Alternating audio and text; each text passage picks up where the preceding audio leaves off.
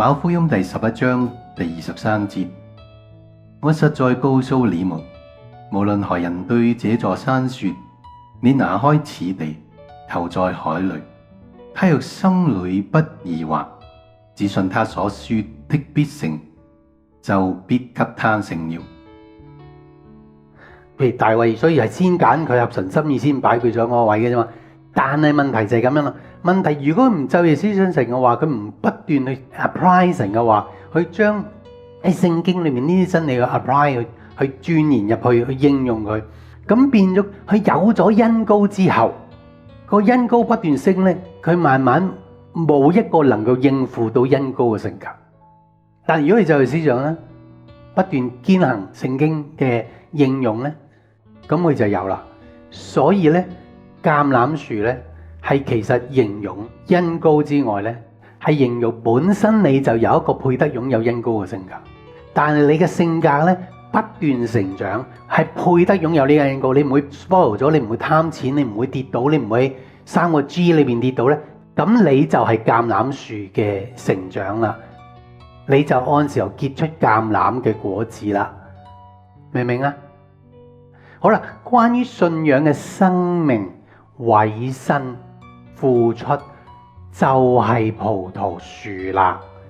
見唔見啊？你不斷 apply 聖經裏邊，我點樣委身呢？我點樣做到？你查考呢啲，因為肯定啦，委身同科技冇關嘅嘛。咁你梗係找我點樣委身啦，我點樣付出啊？點樣去用我嘅時間啊？點樣將嗰樣嘢做得好啊？咁樣，咁你有咁嘅性格喎，你係好懂得委身嘅喎，咁所以神就會讓你擁有呢個葡萄樹咯。但係你一路成長落去嘅時候咧，咁你咪成為葡萄咯。好啦，關於政權咧就係無花果樹，關於權柄咧就係香柏樹，樹就係咁樣嘅。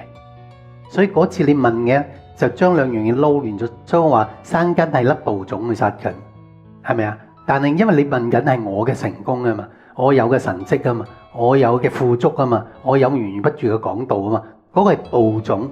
但係問題咧，另一種生根咧，你向下扎根往上結果嗰個咧，嗰個係一棵樹，嗰棵樹係講緊性格嘅。咁嗰個生根咧就係思想神嘅話咯。但係稻種嘅生根咧就係呢粒種子對你嘅 demand 啊。譬如你要富足啊嘛，佢 demand 你立10%，你要富足啊嘛，我 demand 你要俾奉獻。呢個 demand 就係嗰啲根啊，嗰個就係粒種子嘅要求，你願唔願意去做啊？所以兩者嘅根係完全唔同嘅。一邊稻種嘅泥土咧係我哋嘅心，栽在溪水旁嘅泥土咧，嗰個泥土就係神嘅話。稻種嘅根咧就係直情神嘅話要你嘅 application 同埋你嘅生活改變。所以石安係接咗呢個時代嘅稻種，所以我哋有呢個時代嘅改變。咁你哋睇翻我哋40年嚟，直情係全部超時代嘅，每一個感動都係，係咪？因為啊，嗰個稻種本身 demand 佢就會生呢啲根啊。咁但係你嘅心好嘅話咧，你就會不斷好似我咩，聽到神嘅聲音，知道神嘅感動，係因為你有咗呢個稻種啊。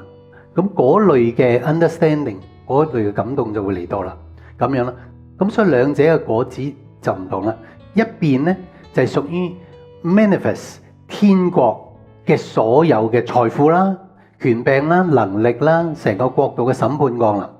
另一邊咧就係成個 personality 成為你個果子，就係聖靈嘅果子嘅降臨。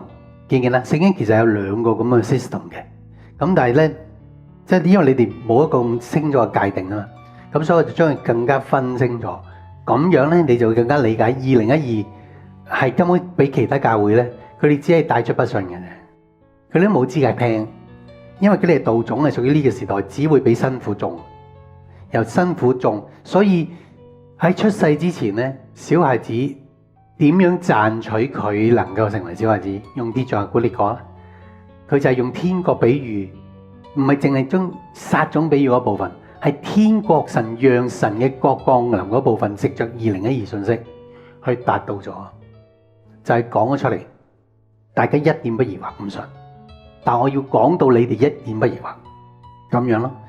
咁關於你哋所有喺神嘅所得到嘅恩惠咧，全部都係經過呢個一點不疑惑達到噶嘛。你而家今日有嘅嘢，咁所以變咗呢個世界咧，都係今日藉着我哋呢一間教會嘅一點不疑惑。而導致嘅，而所有嘅共同信息都係印證呢一樣嘢嘛。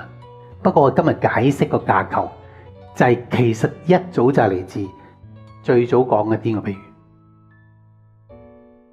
馬可福音第11章第23節，我實在告訴你們，無論何人對這座山說：你拿開此地，投在海裏，他若心裏不疑惑，只信他所說的必成，就必給他成了。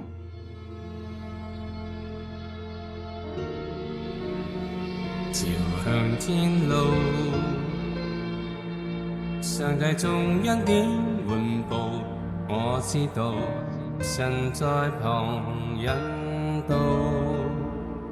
朝向天路，藉信心奔跑達到，盼主你細聽我禱告。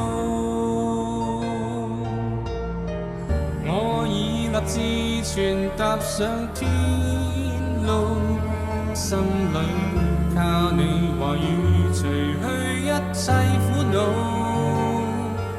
順服你智慧真理，要將主典章吩咐宣告。